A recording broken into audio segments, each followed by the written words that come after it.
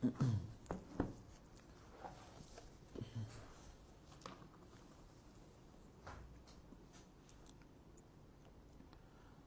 الله العظيم الذي لا إله إلا هو الحي القيوم وأتوب إليه.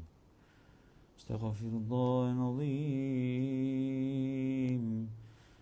الذي لا إله إلا هو الحي القيوم وأتوب إليه. أستغفر الله العظيم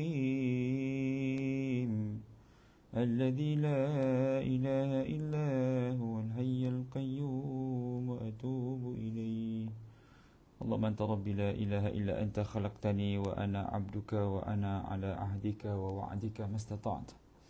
أعوذ بك من شر ما صنعت. أبوء لك بنعمتك علي وأبوء بذنبي فاغفر لي فإنه لا يغفر الذنوب إلا أنت. اللهم صل على سيدنا محمد وعلى آل سيدنا محمد كما صليت على سيدنا إبراهيم وعلى آل سيدنا إبراهيم وبارك على سيدنا محمد وعلى آل سيدنا محمد كما باركت على سيدنا إبراهيم وعلى آل سيدنا إبراهيم في العالمين إنك حميد مجيد. Assalamualaikum warahmatullahi wabarakatuh. Kita mulakan pertemuan pada pagi ini dengan membaca umul kitab Al-Fatihah. A'udzu billahi minasy syaithanir rajim. Bismillahirrahmanirrahim.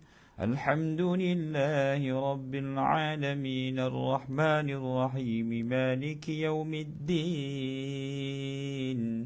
إياك نعبد وإياك نستعين اهدنا الصراط المستقيم صراط الذين أنعمت عليهم غير المغضوب عليهم ولا الضالين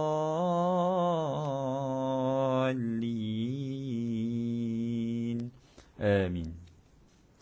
إن الحمد لله نحمده ونستعينه ونستهديه ونستغفره ونعوذ بالله من شرور أنفسنا ومن سيئات أعمالنا. من يهده الله فلا مضل له ومن يضلل فلا هادي له. أشهد أن لا إله إلا الله وحده لا شريك له وأشهد أن سيدنا محمدا عبده ورسوله. سبحانك لا علم لنا إلا ما علمتنا إنك أنت العليم الحكيم. قال رب اشرح لي صدري ويسر لي أمري واحلل عقدة من لساني يفقهوا قولي. Tuan-tuan dan puan muslimin muslimat yang dirahmati Allah Subhanahu wa taala, sama-sama kita mulakan pertemuan pada pagi ini dengan membaca umul kitab Al-Fatihah. Ba'da a'udzu billahi minasy syaithanir rajim. Bismillahirrahmanirrahim. Alhamdulillahi rabbil alamin arrahmanir rahim maliki yaumiddin iyyaka na'budu wa iyyaka nasta'in ihdinas siratal mustaqim siratal ladzina an'amta 'alaihim ghairil maghdubi 'alaihim waladdallin. Amin. Alhamdulillah Rabbil Alamin. Wassalatu wassalamu ala ashrafil anbiya'i wal mursalin Sayyidina Muhammadin wa ala alihi wa sahbihi ajma'in. Amma ba'd. Syukur pada Allah Ta'ala diberikan peluang dan kesempatan untuk bertemu pada pagi yang berbahagia pada hari ini, iaitu 2 November bersamaan dengan 7 Rabiul Awal 1444 Hijrah. Maka mari sama-sama kita tingkatkan kualiti iman dan amal, kuantiti iman dan amal dalam usaha kita kembali ke pangkuan Allah Subhanahu wa Ta'ala untuk kembali ke kampung halaman kita yang bernama syurga. Dan subhanallah, syurga yang kita idam-idamkan adalah sesuatu yang berharga dan sangat mahal harganya. Maka bayarlah perjalanan itu dengan mujahadah. Mereka yang bermujahadah di saat pulang ke kampung halaman namanya syurga adalah satu perjalanan yang berbaloi, maksudnya sesuatu perjalanan yang sangat bermanfaat. Begitu, ya. Dan subhanallah, dalam perjalanan pulang itu Allah Ta'ala datangkan harganya. Dan kita hadapilah tawaran-tawaran syurga ini dengan melakukan sebaik mungkin. Ada kalanya Allah Ta'ala datangkan kesedihan, ada kala Allah datangkan kesusahan, Ada kala Allah datangkan kenikmatan. Susah, senang, nikmat, bahagia, itu semua adalah dipanggil mata rantai ataupun anak-anak kunci untuk kita mendekatkan diri kepada Allah Subhanahu Wa Taala. Apa juga yang boleh menyebabkan kita dekat kepada Allah Taala, yang merupakan perkara itu perkara mubah, iaitu sakit, penat ataupun derita, yang menyebabkan kita dekat kepada Allah Subhanahu Wa Taala, itu dipanggil nikmat. Manakala apa sahaja yang menjauhkan kita daripada Allah Ta'ala, maka itu dipanggil bala lah. Maksudnya benda yang tak sepatutnya kita idam-idamkan. Kebahagiaan, kejayaan yang menyebabkan kita jauh daripada Allah Subhanahu Wa Ta'ala, itu dipanggil istidraj.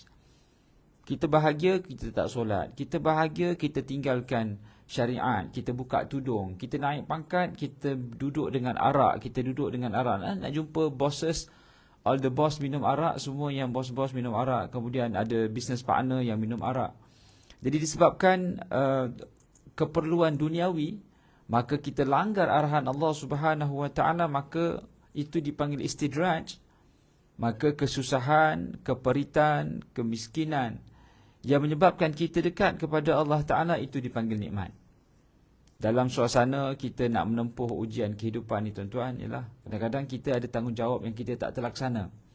Kullukum ra'in wa kullukum mas'ulun ar-ra'iyatih. Sesungguhnya kamu adalah ketua ataupun pemimpin, kamu akan ditanya terhadap apa yang kamu pimpin itu. Jadi nak pulang ke kampung halaman, kita kena selesaikan segala ujian ataupun segala tanggungjawab yang Allah Ta'ala telah berikan kepada kita. Jadi subhanallah, sebab itu para sahabat sangat takut bila memegang jawatan ekstra. Maksudnya, mereka melepaskan jawatan dan mereka tidak berebut untuk memiliki sesuatu jawatan ataupun kuasa.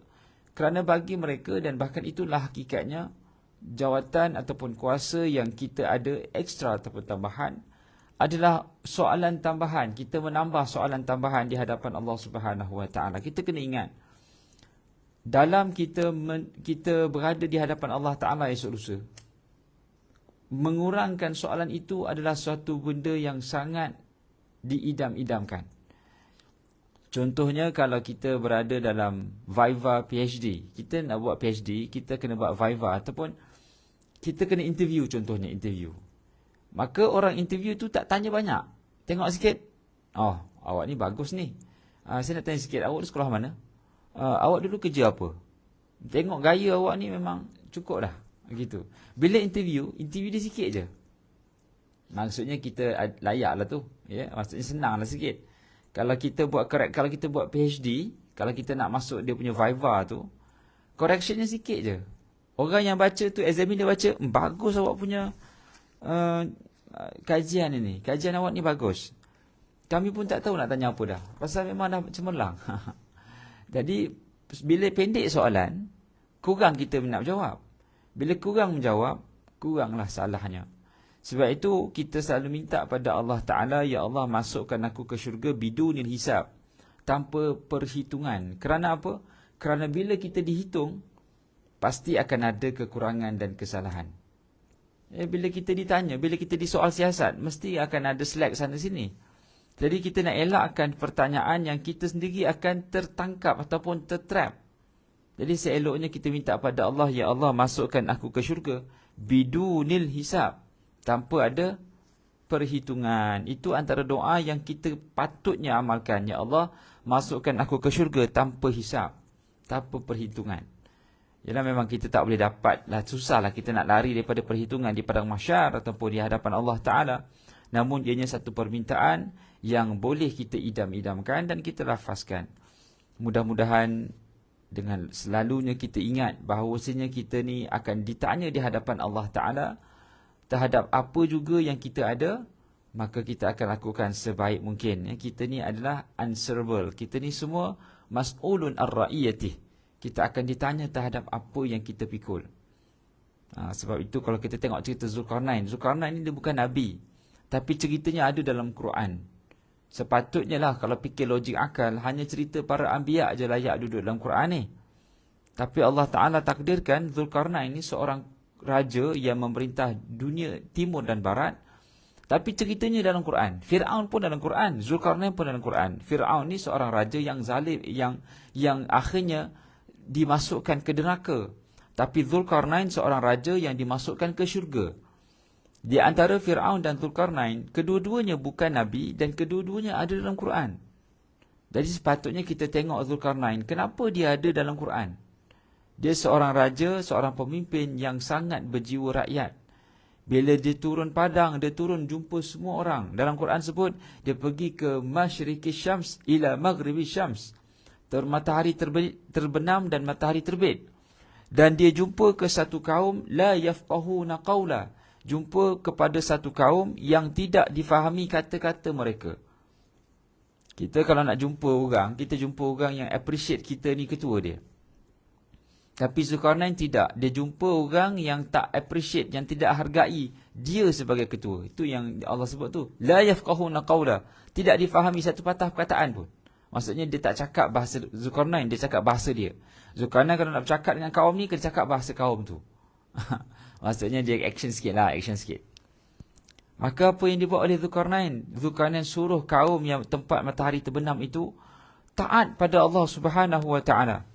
Salah satu kriteria ketua yang baik adalah mereka yang suruh amar ma'ruf nahi mungkar. Jadi asas kepada pemilihan seseorang ketua, ni nak PRU ni, asas kepada pemilihan seseorang mesti berdasarkan kepada taat kepada Allah. Al-amru bil ma'ruf wan nahyu 'anil munkar. Iaitu suruh buat baik, cegah kemungkaran, dan dia ajak orang di bawahnya kenal Allah. Gitu, dia kena ajak orang di bawah dia kenal Allah. Good governance, pandai mentadbir itu subjektif. Sebab kalau orang tu pandai mentadbir, kalau akhirnya membawa manusia kepada maksiat, maka itu tidak diidamkan, didambakan dalam Islam. Tidak. Kerana kejayaan di dalam Islam bukan kejayaan material. Gelanggang orang beriman, kejayaannya dinilai sejauh mana dia mendekatkan diri kepada Allah. Jangan salah gelanggang. Bila kita salah mendefinisikan kejayaan, kita anggap kejayaan dunia itulah kejayaan, maka kita akan anggap Fir'aun berjaya. Sebab Fir'aun dia berjaya membina tamadun Mesir sampai sekarang gah dilihat, iaitu piramid. Jadi Allah Ta'ala gambarkan kejayaan material dunia dengan adanya piramid. Fir'aun berjaya. Tetapi Allah tak definisikan kejayaan kepada Fir'aun dengan pembinaan bangunan yang gah itu, tidak. Kegagalan Fir'aun apabila dia gagal melahirkan rasa rendah diri terhadap kejayaan yang dia ada untuk rendahkan diri dan serahkan kepada kekuasaan Allah. Itu musibah. Jadi dalam kita nak mencari seorang ketua ataupun seorang wakil, apa jugalah, maka asas utamanya adalah al-amru bil ma'ruf wa nahyu 'anil munkar. Suruh buat baik, cegah kemungkaran.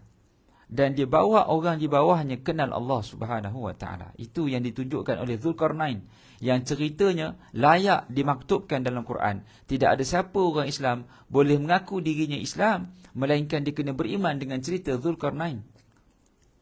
Dan apa yang dibuat oleh Zulkarnain lagi, tuan-tuan dan puan, di saat kaumnya minta untuk membinakan pemisah di antara Ya'juj dan Ma'juj dan mereka, maka kaum tu kata, wahai Zulkarnain, izinkan kami bayar kamu. Maka apa kata Zulkarnain? Wahai kaumku, simpanlah duit-duit kamu. Aku ni banyak dah duit Allah bagi dah. Banyak sangat dah. Biar aku gunakan kekayaan aku untuk bantu kamu. Nombor dua, bukan sekadar dia suruh taat pada Allah Ta'ala. Yang kedua, dia seorang ketua yang turun padang. Dia tanya masalah orang. Apa masalah awak? Apa masalah awak? Apa masalah awak?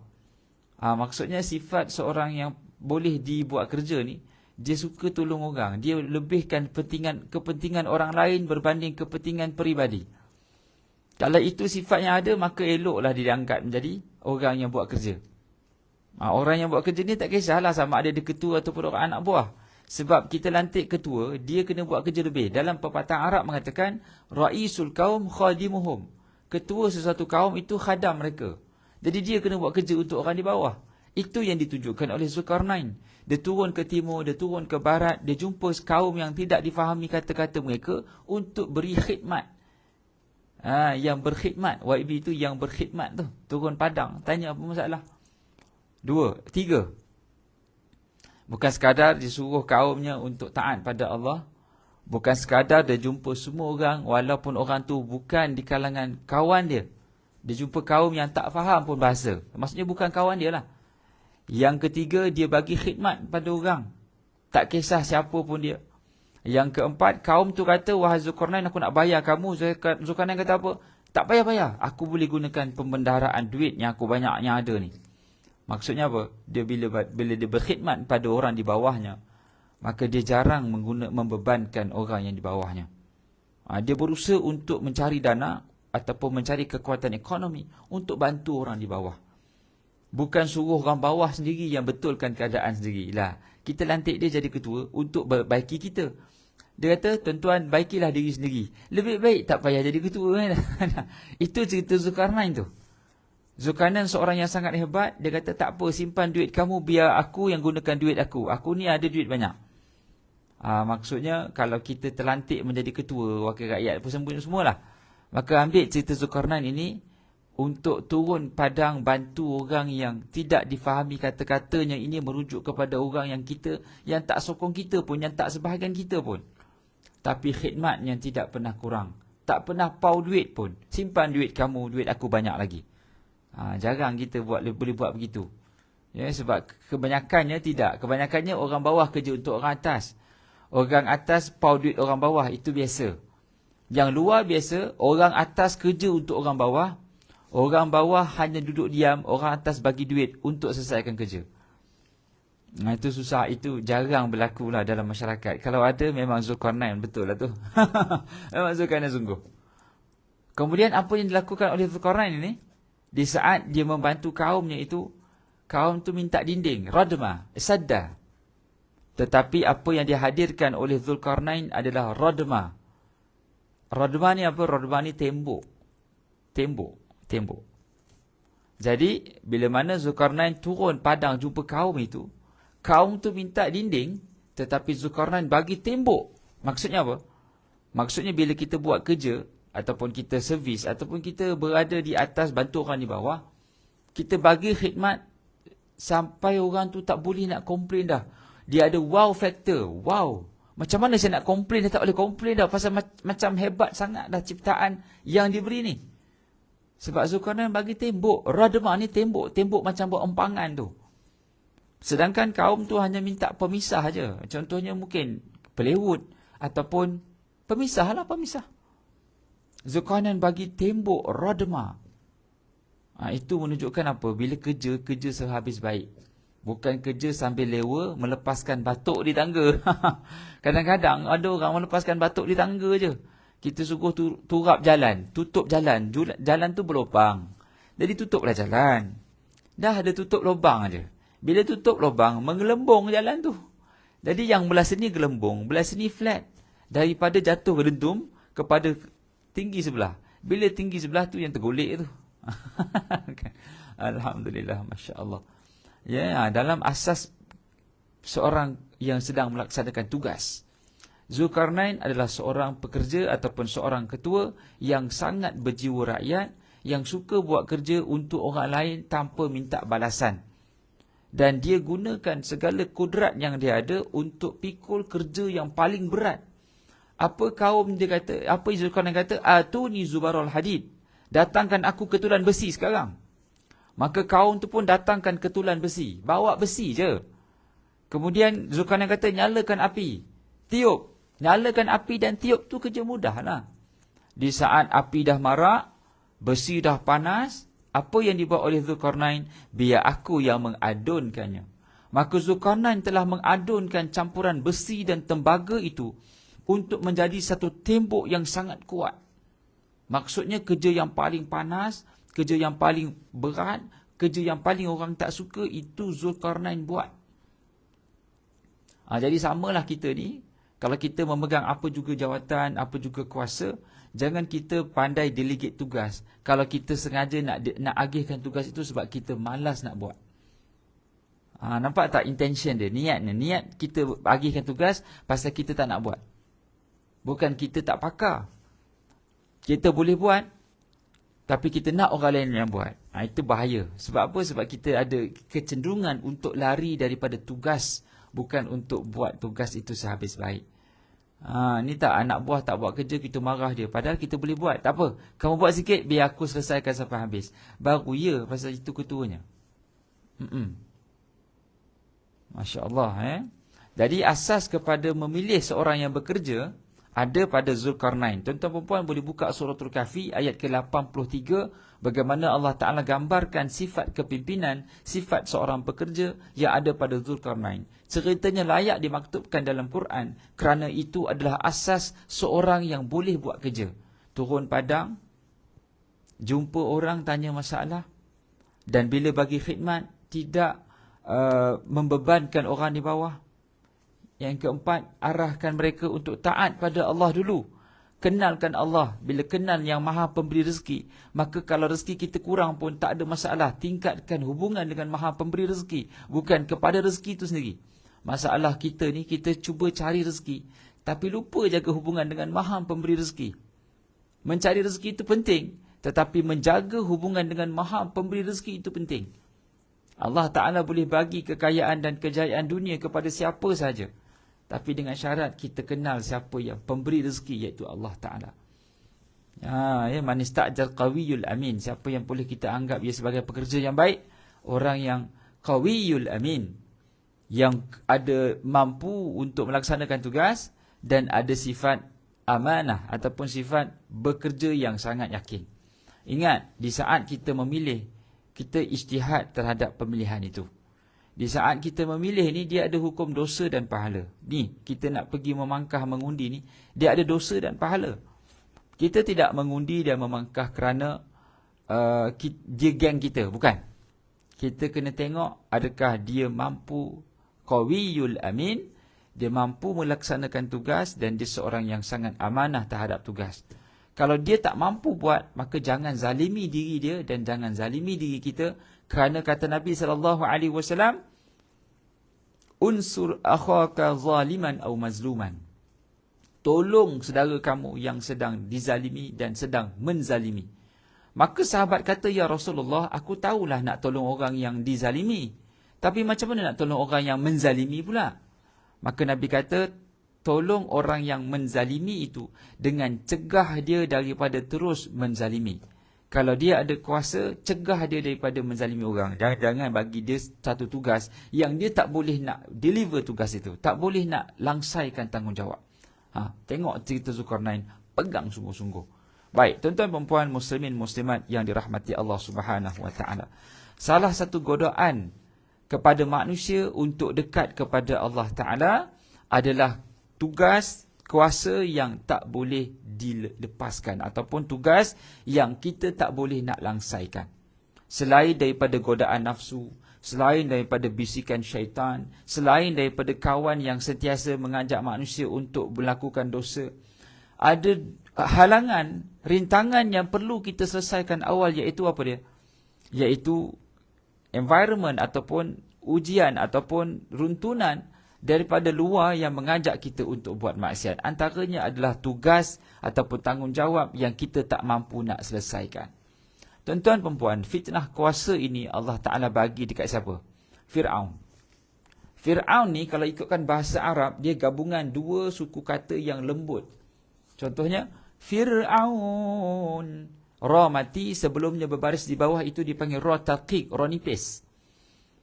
Kemudian aun, waw mati, sebelumnya berbaris di atas, itu waw harful lin. Jadi ra tarqiq dengan harful lin bergabung pada menyebut nama Fir'aun.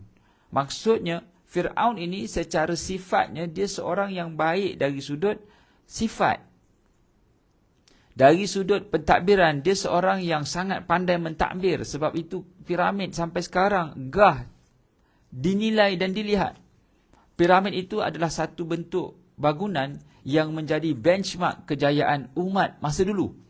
Sebab di Amerika Latin ada piramid, di Thailand ada piramid, di Bali ada piramid. Piramid ini adalah bentuk kehebatan manusia zaman dulu. Jadi Allah letakkan piramid di Mesir itu sebagai lambang kejayaan teknologi manusia pada zaman itu. Tetapi Firaun dia tak boleh nak manage, dia tak boleh nak kawal fitnah kuasa. Namanya lembut, Firaun pun turut hilang pedoman apabila kuasanya hendak dirampas. Ataupun ada orang, ahli sihir dia katakan, wahai Firaun, ada budak yang akan lahir di sini yang akan merampas tahta engkau, wahai Firaun. Apa kata Firaun? Firaun kata, bunuh je. Ya, silakan Siti Maisarah, silakan. Firaun kata, bunuh je. Cari mana ibu-ibu yang mengandung, robek je perut dia sekarang. Keluarkan bayi lelaki tu. Aku tak nak ada bayi lelaki yang lahir dan akan merampas kuasaku. Ini Firaun. Firaun ini rosak kerana fitnah kuasa yang gagal dikawal. Ya, sedangkan dia seorang pemerintah Mesir yang hebat. Good governance yang tahap maksimum. Paling hebat, Firaun. Ya, satu. Firaun terhumban, tersungkur ke lembah api neraka kerana dia memiliki kuasa yang dia tak boleh nak kawal fitnahnya. Kedua, siapa? Kedua, Maharaja Rom, Herakal. Herakal ataupun Hercules. Kita panggil Hercules tak? Sedangkan dalam bahasa Arab dia panggil Herakal. Herakal ini adalah Maharaja Rom yang apabila tahun ke-6 Hijrah Nabi SAW menghantar surat. Maharaja Rom ini dapat surat. Herakal dapat surat. Dan di saat dia dapat surat, dia terpaksa memanggil orang Arab untuk datang menghadapnya kerana dia sangat takut dengan maksud surat itu. Surat itu mengatakan, Bismillahirrahmanirrahim, dengan nama Allah yang Maha Pemurah dan Maha Penyayang, Minal Muhammad Rasulullah, aku ini Muhammad daripada Rasul, aku ini daripada Muhammad Rasulullah. Wahai Raja Rom, kamu Islam, kamu selamat. Sepatutnya fikir logik, Maharaja Rom tak perlu nak kisah pun surat daripada Nabi SAW. Kenapa? Kerana dia Maharaja Rom. Kenapa seorang Maharaja perlu terkesan dengan surat daripada seorang ketua yang baru saja dapat sebuah negara dan tiba-tiba memberi ancaman pula? Sepatutnya Rom tak perlu kisah pun surat daripada Nabi Muhammad SAW.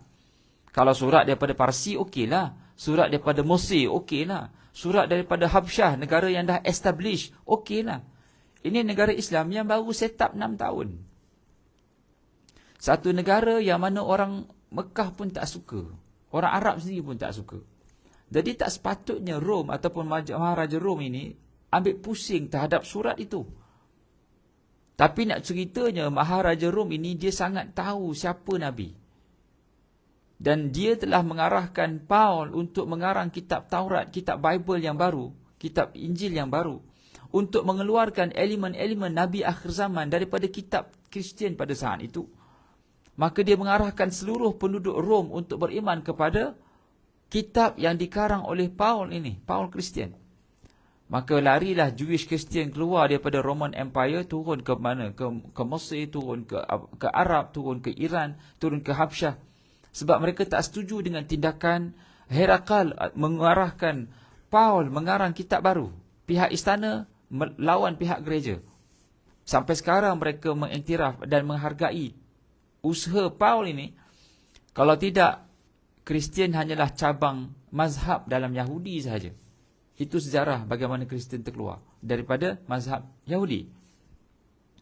Maka bila Maharaja Rom dapat surat daripada Nabi Muhammad SAW, takut dia. Maka dia panggil siapa orang Arab yang ada di Al-Quds pada saat itu. Yang ada pada ketika itu adalah Abu Sufyan. Abu Sufyan ni businessman. Businessman ni biasalah, dia akan jumpa Maharaja Rom lah. Dia akan jumpa orang yang ada kabel besar lah, kan? Orang berniaga memang nak jumpa kabel besar. Dan di saat dia jumpa Maharaja Rom, Maharaja Rom ini tanya kepada Abu Sufyan, wahai Abu Sufyan, adakah Muhammad ini seorang yang tak pandai membaca? Ya. Adakah dia seorang anak yatim piatu? Ya. Adakah dia seorang anak yang daripada kaum yang dimuliakan? Ya. Adakah kaum yang ikut dia tu orang yang susah-susah? Ya. Adakah orang yang masuk agama Islam lalu tak keluar-keluar dah walaupun diberikan macam-macam nikmat? Ya. Maksudnya apa? Maksudnya Maharaja Rom ni dah tahu dah kriteria orang Islam dan Nabi itu sendiri. Sebab Abu Sufyan tak perlu cakap pun siapa Muhammad. Soalan yang dia tanya, dia hanya perlu cakap ya je. Hadis ni dirakamkan dalam kitab Sahih Bukhari Muslim. Yang dirakamkan ini adalah Abu Sufyan sendiri. Dia kata di saat aku berada di sana, aku berhadapan dengan Rom. Dan apa kata Abu Sufyan?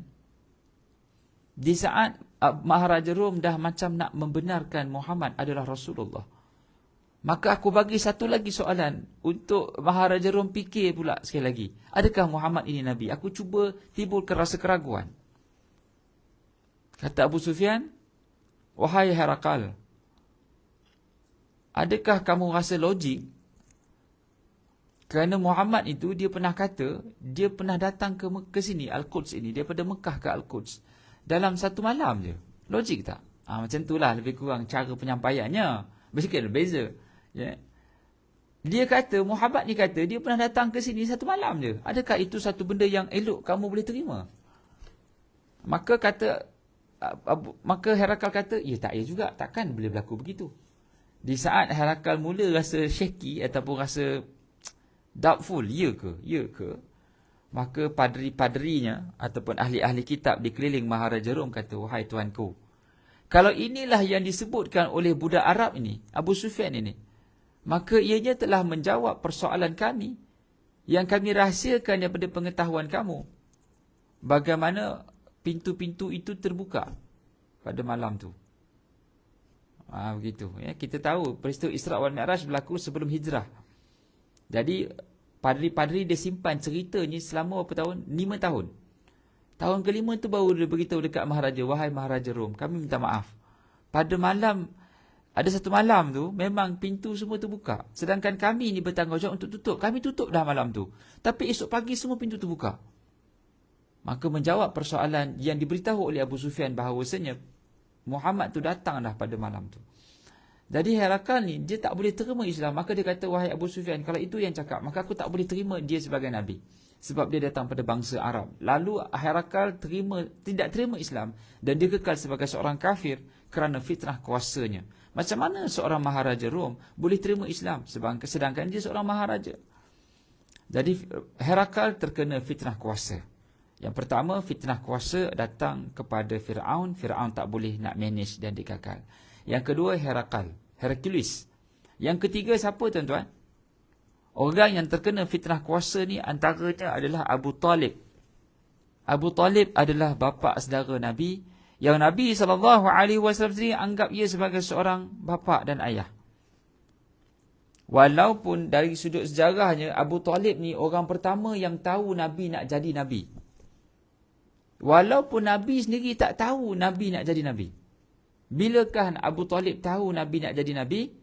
Abu Talib tahu Nabi nak jadi Nabi di saat Abu Talib bawa Rasulullah pergi ke Syam, ditahan oleh seorang pendeta Yahudi yang bernama Bukhairah.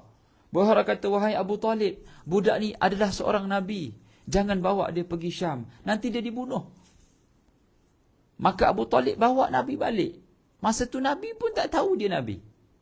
Punyalah Abu Talib ni simpan rahsia yang Nabi ni nak jadi Nabi selama 30 tahun tuan-tuan. Daripada Nabi berusia 10 tahun, Nabi diangkat Masjid Rasul pada umurnya 40 tahun. Abu Talib tahu cerita tu, dia simpan. Dan apa yang berlaku tuan-tuan, Abu Talib di saat dia nak sakit, nak mati, Nabi duduk sebelah Abu Talib. Dia kata, ya ammi kul la ilaha illallah, wahai pakcikku sebutlah la ilaha illallah. Liwahajulaka indallah, aku akan berhujah di hadapan Allah bagi pihak kamu.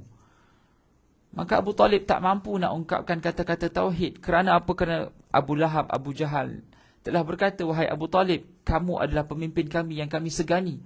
Jangan kamu digelar pemimpin Quraisy yang melupakan ajaran ayahnya sendiri. Ini dipanggil fitnah kuasa. Abu Talib gagal terima Islam. Bukan kerana dia tak tahu Islam itu benar. Bukan dia tak tahu Nabi Muhammad SAW adalah seorang Nabi. Dia tahu, dan dia tahu belaka kebenaran Islam. Dia sanggup kena boykot selama 2 tahun dalam peristiwa pemboykotan Bani Hashim. Dia juga kena boykot. Dia patut boleh keluar daripada pemboykotan itu sebab dia adalah ketua Quraisy. Tapi dia sanggup hadapi segala ujian kerana dia tahu benarnya yang dibawa oleh Nabi Muhammad itu benar. Tetapi dia tidak boleh terima Islam. Kerana apa tuan-tuan? Abu Talib mati sebagai seorang kafir kerana fitnah kuasa yang sedang mencengkam dirinya. Jadi Fir'aun hilang pedoman kerana kuasanya. Hercules gagal terima kebenaran kerana kuasanya. Abu Talib juga mati sebagai seorang kafir kerana fitnah kuasa. Jadi salah satu cabaran manusia untuk dekatkan diri kepada Allah Ta'ala adalah kuasa ataupun tanggungjawab yang tidak terlaksana, yang menyebabkan dia akan dipersoalkan di hadapan Allah Subhanahu Wa Ta'ala di atas dipanggil dia mengabaikan tanggungjawab dia terhadap orang lain. Ya, kita kena ingat, kita nak masuk syurga ni, kita kena langsaikan tanggungjawab pada orang. Kita tak boleh masuk syurga seorang-seorang. Ya, kita ada tanggungjawab. Kullukum ra'in wa kullukum mas'ulun an ra'iyatih. Kita ni ketua dan ada anak buah. Ada tugas yang perlu kita langsaikan. Jadi tuan-tuan dan puan, muslimin muslimat yang dirahmati Allah Subhanahu Wa Ta'ala, dari kesimpulan pada pagi ini adalah untuk mendekatkan diri kita kepada Allah Ta'ala, kita kena kurangkan pertanggungjawaban di sisi manusia. Kerana apa? Kerana kita khawatir tanggungjawab itu akan menyebabkan kita susah bergerak menuju Allah Ta'ala. Dan sekiranya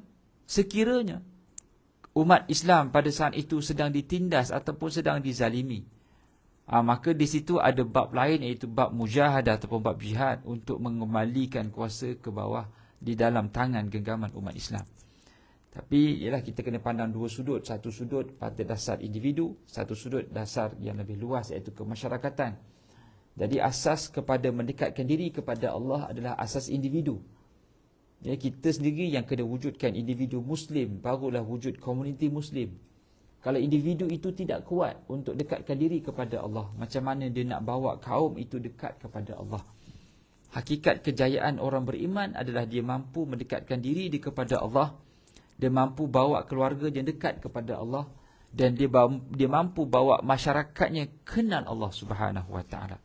Maka tuan-tuan dan puan, muslimin muslimat yang dirahmati Allah Subhanahu Wa Ta'ala, mewakili barisan AJK Surau An-Nur Fasa 3A Serban Selatan, malu-alukan kedatangan tuan-tuan dan puan ke Facebook Surau, dan sebarang sumbangan dan dana untuk pengajian, tuan-tuan boleh sumbang kepada 0501 2010 053038 Bank Islam.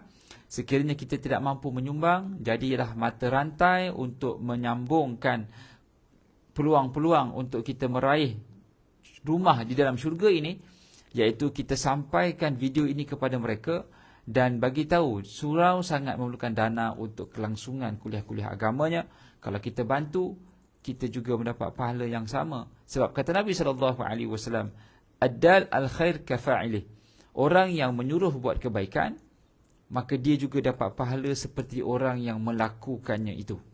Jadi kalau kita tak dapat buat baik, kita tumpang kapal orang yang sedang suruh buat baik, kita tumpang ombak dia, wave dia, kita juga mendapat pahala yang sama. Kita doakan itu menjadi asbab kita mendapat syurga Allah Subhanahu Wa Ta'ala. Jadi apa yang baik itu daripada Allah Ta'ala.